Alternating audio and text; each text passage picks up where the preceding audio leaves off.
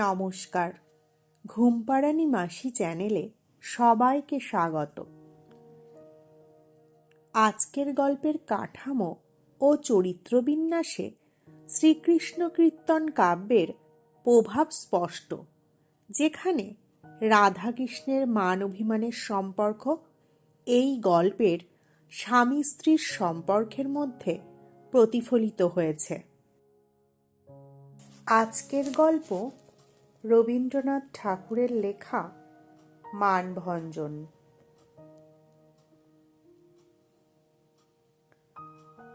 প্রথম পরিচ্ছেদ।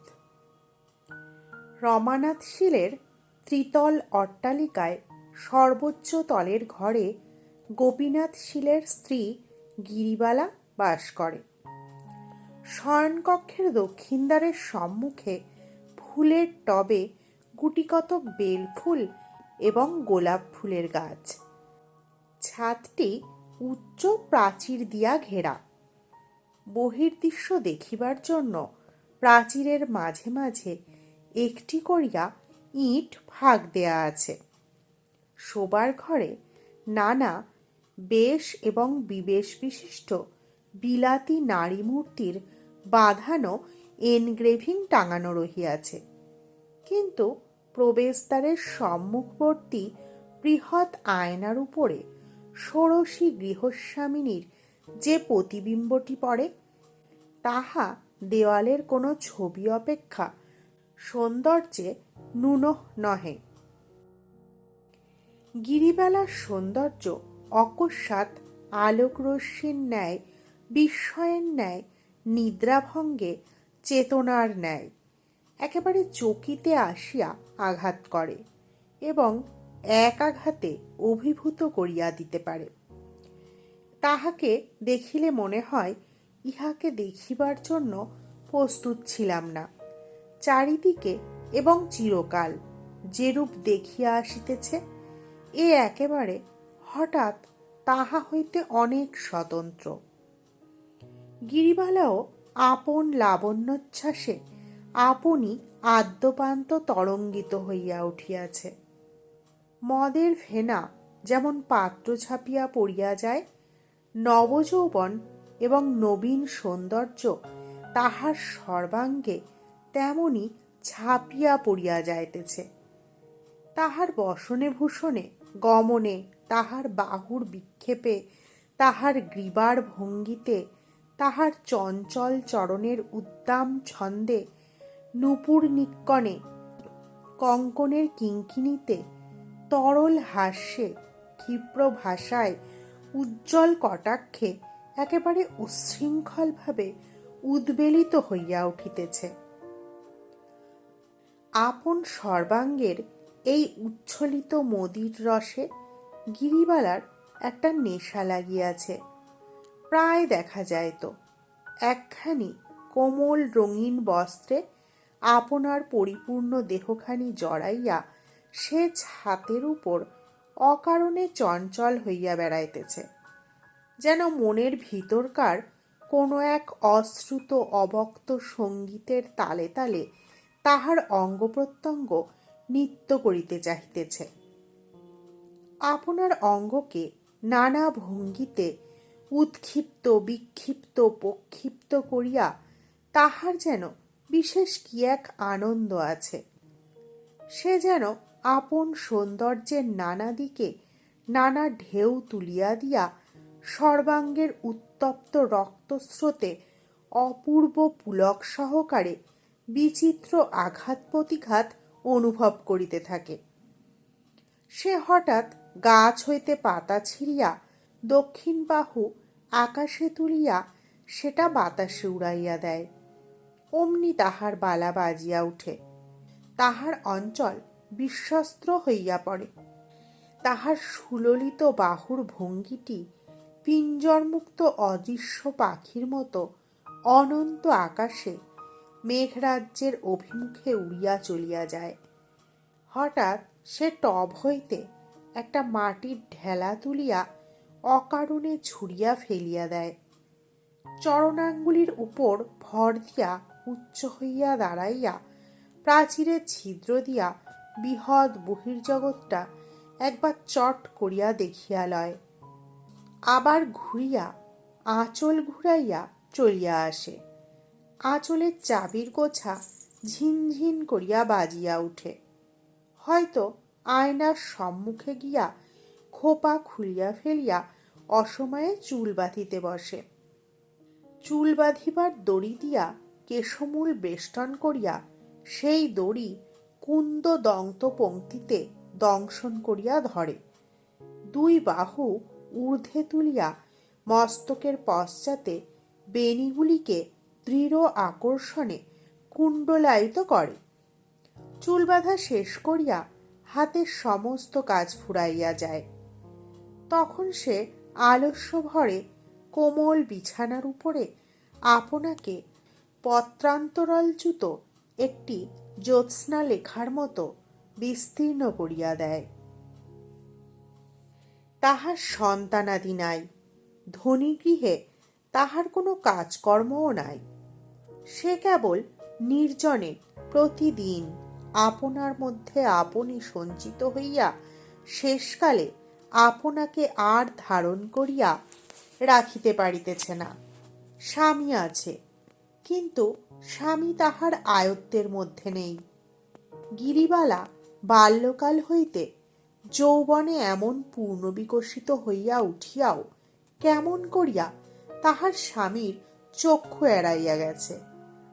বরঞ্চ বাল্যকালে সে তাহার স্বামীর আদর পাইয়াছিল। স্বামী তখন স্কুল পালাইয়া তাহার সুপ্ত অভিভাবকদিগকে বঞ্চনা করিয়া নির্জন মধ্যাহ্নে তাহার বালিকা স্ত্রীর সহিত প্রণয়ালাপ করিতে আসিত। এক বাড়িতে থাকিয়াও শৌখিন চিঠির কাগজে স্ত্রীর সহিত চিঠিপত্র লেখালেখি করিত। স্কুলের বিশেষ বন্ধুদিগকে সেই সমস্ত চিঠি দেখাইয়া গর্ব অনুভব করিত। তুচ্ছ এবং কল্পিত কারণে স্ত্রীর সহিত মান অভিমানেরও অসদ্ভাব ছিল না।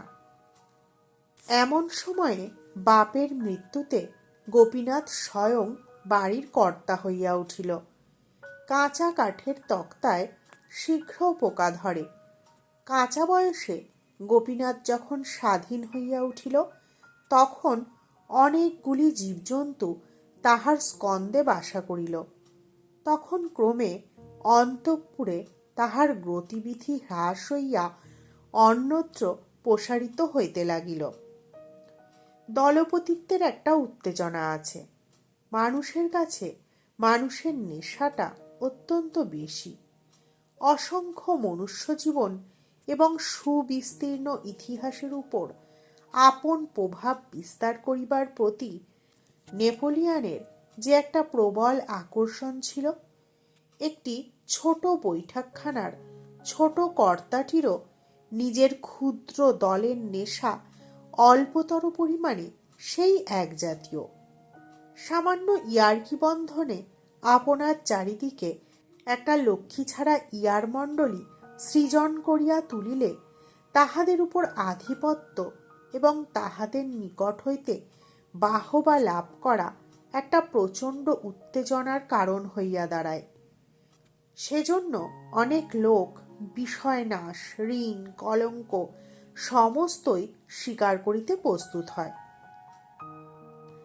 গোপীনাথ তাহার ইয়ার সম্প্রদায়ের অধ্যক্ষ হইয়া ভারী মাতিয়া উঠিল। সে প্রতিদিন ইয়ার্কির নব নব কীর্তি, নব নব গৌরব লাভ করিতে লাগিল। তাহার দলের লোক বলিতে লাগিল, শ্যালকবর্গের মধ্যে ইয়ার্কিতে অদ্বিতীয় খ্যাতি লাভ করিল গোপীনাথ। সেই গর্বে, সেই উত্তেজনায় অন্যান্য সমস্ত সুখ দুঃখ কর্তব্যের প্রতি অন্ধ হইয়া হতভাগ্য ব্যক্তিটি রাত্রি দিন আবর্তের মতো পাক খাইয়া খাইয়া বেড়াইতে লাগিল। এদিকে জগজ্জয়ী রূপ লইয়া আপন অন্তঃপুরে প্রজাহীন রাজ্যে শয়নগৃহে শূন্য সিংহাসনে গিরিবালা অধিষ্ঠান করিতে লাগিল। সে নিজে জানিত বিধাতা তাহার হস্তে রাজদণ্ড দিয়াছেন। সে জানিত প্রাচীরের ছিদ্র দিয়া যে বৃহৎ জগৎখানি দেখা যাইতেছে, সেই জগৎটিকে সে কটাক্ষে জয় করিয়া আসিতে পারে। অথচ বিশ্ব সংসারের মধ্যে একটি মানুষকেও সে বন্দী করিতে পারে নাই। গিরিবালার একটি সুরসিকা দাসী আছে, তাহার নাম সুধ, অর্থাৎ সুধামুখী।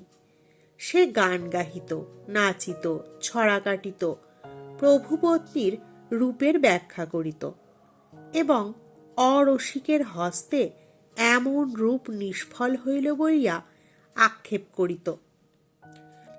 গিরিবালার যখন তখন এই সুধকে না হলে চলিত না। উল্টিয়া পাল্টিয়া সে নিজের মুখে স্ত্রী দেহের গঠন, বর্ণের উজ্জ্বলতা সম্বন্ধে বিস্তৃত সমালোচনা শুনিত।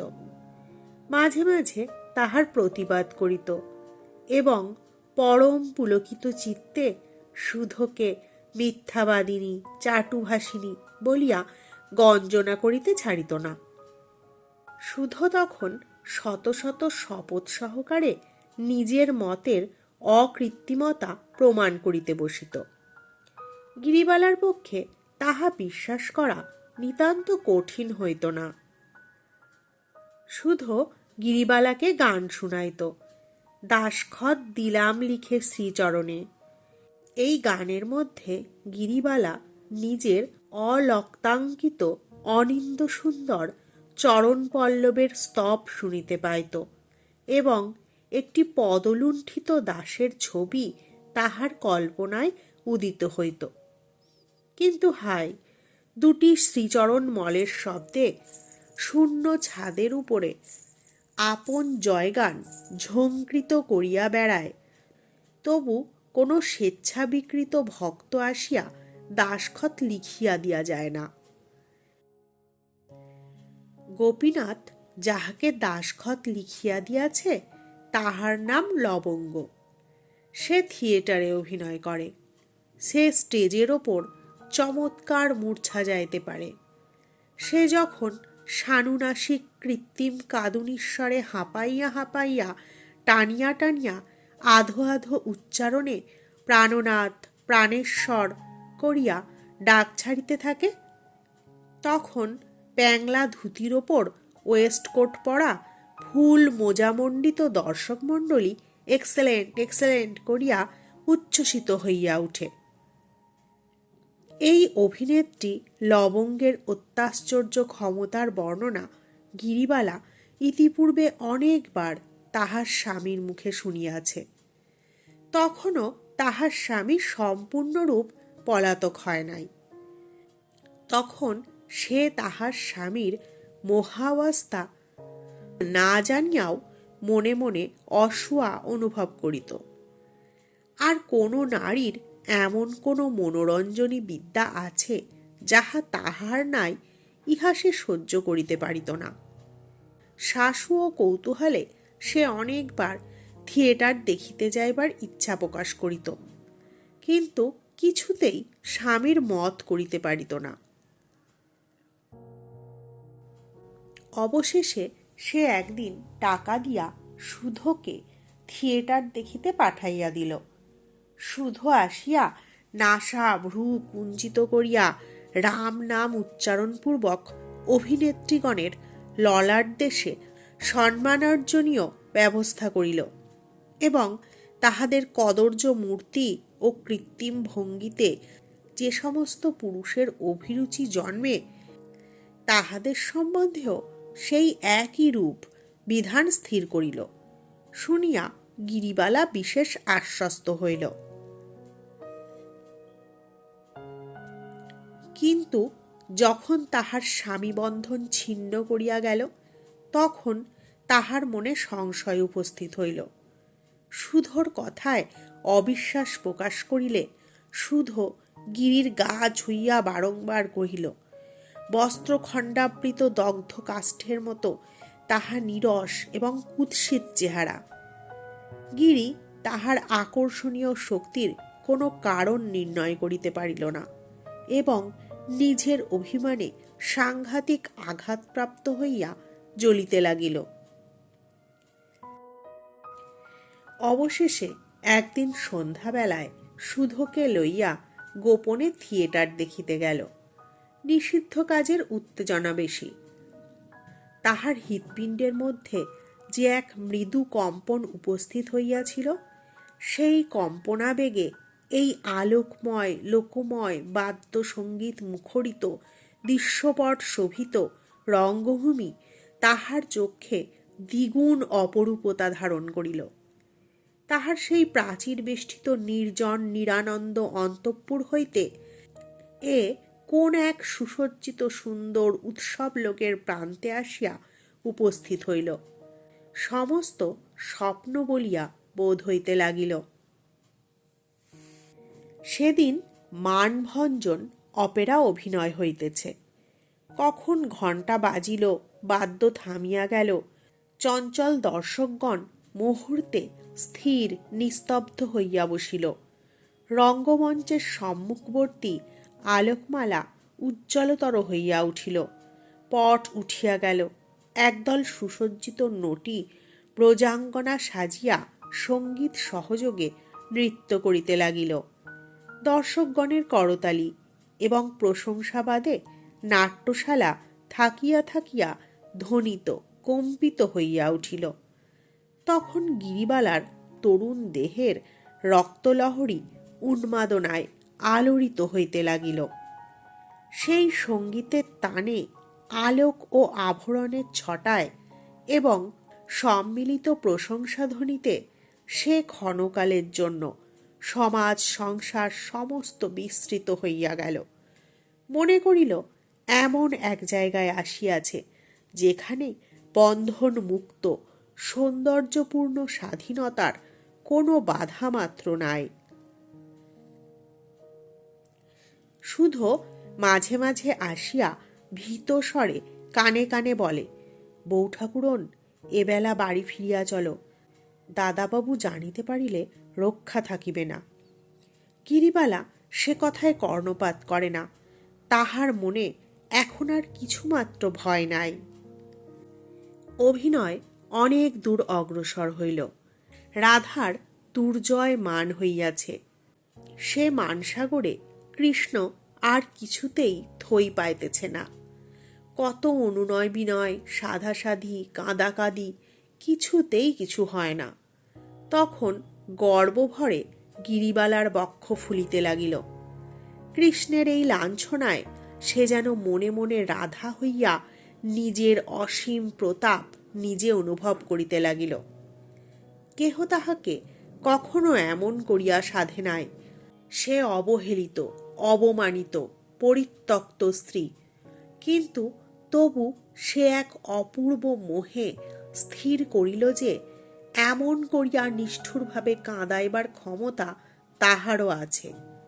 সৌন্দর্যের যে কেমন দোর্দণ্ড প্রতাপ তাহা সে কানে শুনিয়াছে, অনুমান করিয়াছে মাত্র। আজ দ্বীপের আলোকে, গানের সুরে, সুদৃশ্য রঙ্গমঞ্চের উপরে তাহা সুস্পষ্টভাবে প্রত্যক্ষ করিল। নেশায় তাহার সমস্ত মস্তিষ্ক ভরিয়া উঠিল। অবশেষে যবনিকা পতন হইল। গ্যাসের আলো ম্লান হইয়া আসিল। দর্শকগণ প্রস্থানের উপক্রম করিল। গিরিবালা মন্ত্রমুগ্ধের মতো বসিয়া রহিল। এখান হইতে উঠিয়া যে বাড়ি যাইতে হইবে এ কথা তাহার মনে ছিল না। সে ভাবিতেছিল, অভিনয় বুঝি ফুরাইবে না, যবনিকা আবার উঠিবে, রাধিকার নিকট শ্রীকৃষ্ণের পরাভব, ইহা ছাড়া আর কোনো বিষয় উপস্থিত নাই। সুধো কহিল, বৌঠাকুরন, করো কি, ওঠো, এখনই সমস্ত আলো নিবাইয়া দিবে। গিরিবালা গভীর রাত্রে আপন শয়নকক্ষে ফিরিয়া আসিল। কোণে একটি দ্বীপ মিটমিট করিতেছে। ঘরে একটি লোক নাই, শব্দ নাই। গৃহপ্রান্তে নির্জন শয্যায় উপরে একটি পুরাতন মশারি বাতাসে অল্প অল্প দুলিতেছে। তাহার প্রতিদিনের জগৎ অত্যন্ত বিশ্রী, বিরস এবং তুচ্ছ বলিয়া ঠেকিতে লাগিল। কোথায় সেই সৌন্দর্যময়, আলোকময়, সঙ্গীতময় রাজ্য, যেখানে সে আপনার সমস্ত মহিমা বিকীর্ণ করিয়া দিয়া জগতের কেন্দ্রস্থলে বিরাজ করিতে পারে, যেখানে সে অজ্ঞাত, অবজ্ঞাত, তুচ্ছ, সাধারণ নারীমাত্র নহে? এখন হইতে সে প্রতি সপ্তাহেই থিয়েটারে যাইতে আরম্ভ করিল। কালক্রমে তাহার সেই প্রথম মোহ অনেকটা পরিমাণে হ্রাস হইয়া আসিল। এখন সে নটনটীদের মুখের রংচং, সৌন্দর্যের অভাব, অভিনয়ের কৃত্রিমতা সমস্ত দেখিতে পাইল, কিন্তু তবু তাহার নেশা ছুটিল না। রণসঙ্গীত শুনিলে যোদ্ধার হৃদয় যেমন নাচিয়া উঠে, রঙ্গমঞ্চের পট উঠিয়া গেলেই তাহার বক্ষের মধ্যে সেইরূপ আন্দোলন উপস্থিত হইত। ওই যে সমস্ত সংসার হইতে স্বতন্ত্র, সুদৃশ্য, সমুচ্চ, সুন্দর বেদিকা, স্বর্ণলেখায় অঙ্কিত, চিত্রপটে সজ্জিত, কাব্য এবং সঙ্গীতের ইন্দ্রজালে মায়ামণ্ডিত, অসংখ্য মুগ্ধ দৃষ্টির দ্বারা আক্রান্ত, নেপথ্য ভূমির গোপনতার দ্বারা অপূর্ব রহস্যপ্রাপ্ত, উজ্জ্বল আলোকমালায় সর্বসমক্ষে সুপ্রকাশিত বিশ্ববিজয়িনী সৌন্দর্য রাজ্ঞীর পক্ষে এমন মায়া সিংহাসন আর কোথায় আছে? প্রথম যেদিন সে তাহার স্বামীকে রঙ্গভূমিতে উপস্থিত দেখিল, এবং যখন গোপীনাথ কোনো নটীর অভিনয়ে উন্মত্ত উচ্ছ্বাস প্রকাশ করিতে লাগিল, তখন স্বামীর প্রতি তাহার মনে প্রবল অবজ্ঞার উদয় হইল। সে জর্জরিত চিত্তে মনে করিল, যদি কখনো এমন দিন আসে যে তাহার স্বামী তাহার রূপে আকৃষ্ট হইয়া দগ্ধপক্ষ পতঙ্গের মতো তাহার পদতলে আসিয়া পড়ে, এবং সে আপন চরণ নখরের প্রান্ত হইতে উপেক্ষা বিকীর্ণ করিয়া দিয়া অভিমান ভরে চলিয়া যাইতে পারে, তবেই তাহার এই ব্যর্থ রূপ, ব্যর্থ যৌবন সার্থকতা লাভ করিবে। কিন্তু সে শুভদিন আসিল কই? আজকাল গোপীনাথের দর্শন পাওয়া দুর্লভ হইয়াছে। সে আপন প্রমত্ততার ঝড়ের মুখে ধূলিধ্বজের মতো একটা দল পাকাইয়া ঘুরিতে ঘুরিতে কোথায় চলিয়া গিয়াছে তাহার আর ঠিকানা নাই। একদিন চৈত্র মাসের বাসন্তী পূর্ণিমায় গিরিবালা বাসন্তী রঙের কাপড় পরিয়া দক্ষিণ বাতাসে অঞ্চল উড়াইয়া ছাদের উপর বসিয়াছিল। যদিও ঘরে স্বামী আসে না, তবুও গিরি উল্টিয়া পাল্টিয়া প্রতিদিন বদল করিয়া নূতন নূতন গহনায় আপনাকে সুসজ্জিত করিয়া তুলিত। হীরামুকুতার আভরণ তাহার অঙ্গ প্রত্যঙ্গে একটি উন্মাদনা সঞ্চার করিত। ঝলমল করিয়া রুনুঝুনু বাজিয়া তাহার চারিদিকে একটি হিল্লোল তুলিতে থাকিত। আজ সে হাতে বাজুবন্ধ এবং গলায় একটি চুনি ও মুক্তার কণ্ঠি পরিয়াছে, এবং বাম হস্তের কনিষ্ঠ অঙ্গুলিতে একটি নীলার আংটি দিয়াছে। শুধু পায়ের কাছে বসিয়া মাঝে মাঝে তাহার নিটোল কোমল রক্তোৎপল পদপল্লবে হাত বুলাইতেছিল, এবং অকৃত্রিম উচ্ছ্বাসের সহিত বলিতেছিল, আহা বউ ঠাকুরন, আমি যদি পুরুষ মানুষ হইতাম, তাহা হইলে এই পা দুখানি বুকে লইয়া মরিতাম। গিরিবালা সগর্বে হাসিয়া উত্তর দিতেছিল, বোধ করি বুকে না লইয়াই মরিতে হইত, তখন কি আর এমন করিয়া পা ছড়াইয়া দিতাম? আর বকিস নে, তুই সেই গানটা গা। শুধু সেই জ্যোৎস্নাপ্লাবিত নির্জন ছাদের উপরে গাহিতে লাগিল, দাসখত দিলেম লিখে শ্রীচরণে, সকলে সাক্ষী থাকুক বৃন্দাবনে। তখন রাত্রি 10টা। বাড়ির আর সকলে আহারাদি সমাধা করিয়া ঘুমাইতে গিয়াছে। এমন সময় আতর মাখিয়া উড়ানি উড়াইয়া হঠাৎ গোপীনাথ আসিয়া উপস্থিত হইল। শুধু অনেকখানি জিভ কাটিয়া 7 হাত ঘোমটা টানিয়া ঊর্ধ্বশ্বাসে পলায়ন করিল। গিরিবালা ভাবিল তাহার দিন আসিয়াছে। সে মুখ তুলিয়া চাহিল না। সে রাধিকার মতো গুরুমান ভরে অটল হইয়া বসিয়া রহিল। কিন্তু দৃশ্যপট উঠিল না। শিখি পুচ্ছচূড়া পায়ের কাছে লুটাইল না। কেহ রাগিনীতে গাহিয়া উঠিল না, কেন পূর্ণিমা আধার করো লুকায়ে বদন শশী। সঙ্গীতহীন নীরস কণ্ঠে গোপীনাথ বলিল, একবার চাবিটা দাও দেখি। এমন জ্যোৎস্নায়, এমন বসন্তে, এতদিনের বিচ্ছেদের পরে এই কি প্রথম সম্ভাষণ? কাব্যনাটকে উপন্যাসে যাহা লেখে তাহার আগাগোড়ায় মিথ্যা কথা।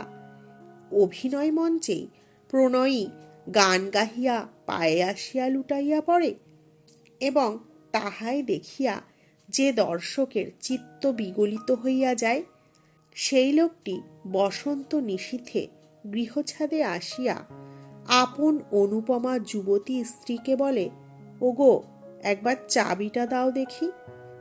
তাহাতে না আছে রাগিনী, না আছে প্রীতি, তাহাতে কোনো মোহ নাই, মাধুর্য নাই, তাহা অতি অকিঞ্চিতকর। এমন সময়ে দক্ষিণে বাতাস জগতের সমস্ত অপমানিত কবিত্বের মর্মান্তিক দীর্ঘ নিঃশ্বাসের মতো হু হু করিয়া বহিয়া গেল।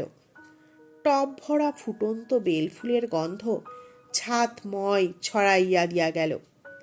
গিরিবালার চূর্ণ অলক চোখে মুখে আসিয়া পড়িল, এবং তাহার বাসন্তী রঙের সুগন্ধি আঁচল অধীরভাবে যেখানে সেখানে উড়িতে লাগিল। গিরিবালা সমস্ত মান বিসর্জন দিয়া উঠিয়া পড়িল। স্বামীর হাত ধরিয়া বলিল, চাবি দিব এখন, তুমি ঘরে চলো। আজ সে কাঁদিবে, কাঁদাইবে, তাহার সমস্ত নির্জন কল্পনাকে সার্থক করিবে, তাহার সমস্ত ব্রহ্মাস্ত্র বাহির করিয়া বিজয়ী হইবে, ইহা সে দৃঢ় সংকল্প করিয়াছে। গোপীনাথ কহিল, আমি বেশি দেরি করিতে পারিব না, তুমি চাবি দাও। গিরিবালা কহিল, আমি চাবি দিব, এবং চাবির মধ্যে যাহা কিছু আছে সমস্ত দিব, কিন্তু আজ রাত্রে তুমি কোথাও যাইতে পারিবে না। গোপীনাথ বলিল, সে হইবে না, আমার বিশেষ দরকার আছে। গিরিবালা বলিল, তবে আমি চাবি দিব না। গোপী বলিল, দিবে না বই কি, কেমন না দাও দেখিব। বলিয়া সে গিরিবালার আঁচলে দেখিল চাবি নাই। ঘরের মধ্যে ঢুকিয়া তাহার আয়নার বাক্সের দেরাজ খুলিয়া দেখিল, তাহার মধ্যেও চাবি নাই। তাহার চুল বাঁধিবার বাক্স জোর করিয়া ভাঙিয়া খুলিল, তাহাতে কাজললতা, সিঁদুরের কৌটা, চুলের দড়ি প্রভৃতি বিচিত্র উপকরণ আছে, চাবি নাই। তখন সে বিছানা ঘাটিয়া গদি উঠাইয়া আলমারি ভাঙিয়া নাস্তানাবুদ করিয়া তুলিল। গিরিবালা প্রস্তর মূর্তির মতো শক্ত হইয়া দরজা ধরিয়া ছাদের দিকে চাহিয়া দাঁড়াইয়া রহিল। ব্যর্থ মনোরথ গোপীনাথ রাগে গড় গড় করিতে করিতে আসিয়া বলিল, চাবি দাও বলিতেছি, নইলে ভালো হইবে না। গিরিবালা উত্তর দিল না। তখন গোপী তাহাকে চাপিয়া ধরিল, এবং তাহার হাত হইতে বাজুবন্ধ, গলা হইতে কণ্ঠি, অঙ্গুলি হইতে আংটি ছিনিয়া লইয়া তাহাকে লাথি মারিয়া চলিয়া গেল। বাড়ির কাহারও নিদ্রাভঙ্গ হইল না। পল্লীর কেহ কিছু জানিতে পারিল না। জ্যোৎস্না রাত্রি তেমন নিস্তব্ধ হইয়া রহিল। সর্বত্র যেন অখণ্ড শান্তি বিরাজ করিতেছে। কিন্তু অন্তরের চিৎকার ধ্বনি যদি বাহিরে শোনা যাইত, তবে সেই চৈত্র মাসের সুখসুপ্ত জ্যোৎস্না নিশীথিনী অকস্মাৎ তীব্রতম আর্তস্বরে দীর্ণ বিদীর্ণ হইয়া যাইত। এমন সম্পূর্ণ নিঃশব্দে এমন হৃদয় বিদারণ ব্যাপার ঘটিয়া থাকে। অথচ সে রাত্রিও কাটিয়া গেল। এমন পরাভব, এত অপমান গিরিবালা সুধোর কাছেও বলিতে পারিল না। মনে করিল আত্মহত্যা করিয়া এই অতুল রূপ যৌবন নিজের হাতে খণ্ড খণ্ড করিয়া ভাঙিয়া ফেলিয়া সে আপন অনাদরের প্রতিশোধ লইবে। কিন্তু তখনই মনে পড়িল তাহাতে কাহারও কিছু আসিবে যাইবে না। পৃথিবীর যে কতখানি ক্ষতি হইবে তাহা কেহ অনুভবও করিবে না। জীবনেও কোনো সুখ নাই, মৃত্যুতেও কোনো সান্ত্বনা নাই। গিরিবালা বলিল, আমি বাপের বাড়ি চলিলাম। তাহার বাপের বাড়ি কলিকাতা হইতে দূরে। সকলেই নিষেধ করিল, কিন্তু বাড়ির কর্ত্রী নিষেধও শুনিল না, কাহাকে সঙ্গেও লইল না। এদিকে গোপীনাথও সদল বলে নৌকা বিহারে কতদিনের জন্য কোথায় চলিয়া গিয়াছে কেহ জানে না। দ্বিতীয় পরিচ্ছেদ। গান্ধর্ব থিয়েটারে গোপীনাথ প্রায় প্রত্যেক অভিনয়েই উপস্থিত থাকিত।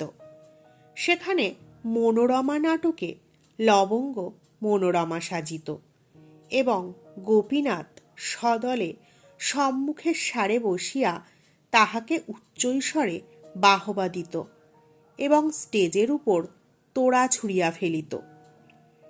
মাঝে মাঝে এক একদিন গোলমাল করিয়া দর্শকদের অত্যন্ত বিরক্তিভাজন হইত। তথাপি রঙ্গভূমির অধ্যক্ষগণ তাহাকে কখনো নিষেধ করিতে সাহস করে নাই। অবশেষে একদিন গোপীনাথ কিঞ্চিত মত্তাবস্থায় গ্রিন রুমের মধ্যে প্রবেশ করিয়া ভারী গোল বাঁধাইয়া দিল। কি এক সামান্য কাল্পনিক কারণে সে আপনাকে অপমানিত জ্ঞান করিয়া কোনো নটিকে গুরুতর প্রহার করিল। তাহার চিৎকারে এবং গোপীনাথের গালিবর্ষণে সমস্ত নাট্যশালা চকিত হইয়া উঠিল। সেদিন অধ্যক্ষগণ আর সহ্য করিতে না পারিয়া গোপীনাথকে পুলিশের সাহায্যে বাহির করিয়া দেয়। গোপীনাথ এই অপমানের প্রতিশোধ লইতে কৃত নিশ্চয় হইল। থিয়েটারওয়ালারা পূজার 1 মাস পূর্ব হইতে নূতন নাটক মনোরমার অভিনয় খুব আড়ম্বর সহকারে ঘোষণা করিয়াছে। বিজ্ঞাপনের দ্বারা কলিকাতা শহরটাকে কাগজে মুড়িয়া ফেলিয়াছে। রাজধানীকে যেন সেই বিখ্যাত গ্রন্থাকারের নামাঙ্কিত নামাবলী পড়াইয়া দিয়াছে। এমন সময় গোপীনাথ তাহার প্রধান অভিনেত্রী লবঙ্গকে লইয়া বোটে চড়িয়া কোথায় অন্তর্ধান হইল তাহার সন্ধান পাওয়া গেল না। থিয়েটারওয়ালারা হঠাৎ অকুল পাথারে পড়িয়া গেল। কিছুদিন লবঙ্গের জন্য অপেক্ষা করিয়া অবশেষে এক নূতন অভিনেত্রীকে মনোরমার অংশ অভ্যাস করাইয়া লইল। তাহাতে তাহাদের অভিনয়ের সময় পিছাইয়া গেল, কিন্তু বিশেষ ক্ষতি হইল না। অভিনয়স্থলে দর্শক আর ধরে না। শত শত লোক দ্বার হইতে ফিরিয়া যায়। কাগজেও প্রশংসার সীমা নাই। সে প্রশংসা দূরদেশে গোপীনাথের কানে গেল। সে আর থাকিতে পারিল না। বিদ্বেষে এবং কৌতূহলপূর্ণ হইয়া সে অভিনয় দেখিতে আসিল। প্রথম পট উৎক্ষেপে অভিনয়ের আরম্ভভাগে মনোরমা দিনহীন বেশে দাসীর মতো তাহার শ্বশুরবাড়িতে থাকে। প্রচ্ছন্ন বিনম্র সংকুচিতভাবে সে আপনার কাজকর্ম করে। তাহার মুখে কথা নাই এবং তাহার মুখ ভালো করিয়া দেখাই যায় না। অভিনয়ের শেষাংশে মনোরমাকে পিতৃগৃহে পাঠাইয়া তাহার স্বামী অর্থলোভে কোনো এক লক্ষপতির একমাত্র কন্যাকে বিবাহ করিতে উদ্যত হইয়াছে। বিবাহের পর বাসর ঘরে যখন স্বামী নিরীক্ষণ করিয়া দেখিল, তখন দেখিতে পাইল এও সেই মনোরমা, কেবল সেই দাসী বেশ নাই। আজ সে রাজকন্যা সাজিয়াছে। তাহার নিরুপম সৌন্দর্য আভরণে ঐশ্বর্যে মণ্ডিত হইয়া 10 দিকে বিকীর্ণ হইয়া পড়িতেছে। শিশুকালে মনোরমা তাহার ধনী পিতৃগৃহ হইতে অপহৃত হইয়া দরিদ্রের গৃহে পালিত হইয়াছে। বহুকাল পরে সম্প্রতি তাহার পিতা সেই সন্ধান পাইয়া কন্যাকে ঘরে আনাইয়া তাহার স্বামীর সহিত পুনরায় নূতন সমারোহে বিবাহ দিয়াছে। তাহার পরে বাসর ঘরে মানভঞ্জনের পালা আরম্ভ হইল। কিন্তু ইতিমধ্যে দর্শক মণ্ডলীর মধ্যে ভারী এক গোলমাল বাঁধিয়া উঠিল। মনোরমা যতক্ষণ মলিন দাসীবেশে ঘোমটা টানিয়াছিল, ততক্ষণ গোপীনাথ নিস্তব্ধ হইয়া দেখিতেছিল।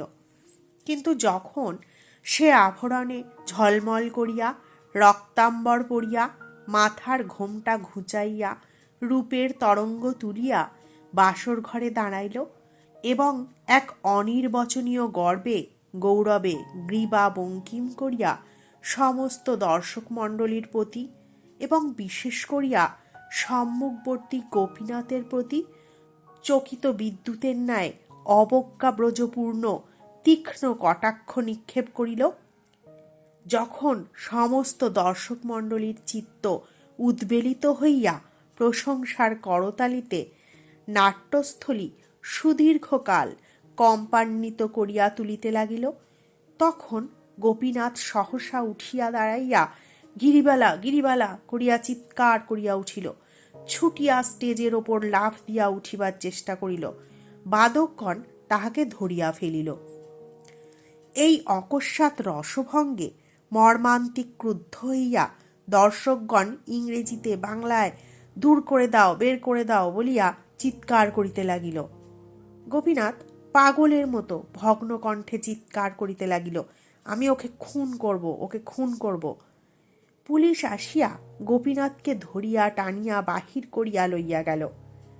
সমস্ত কলিকাতা শহরের দর্শক 2 চক্ষু ভরিয়া গিরিবালার অভিনয় দেখিতে লাগিল। কেবল গোপীনাথ সেখানে স্থান পাইল না।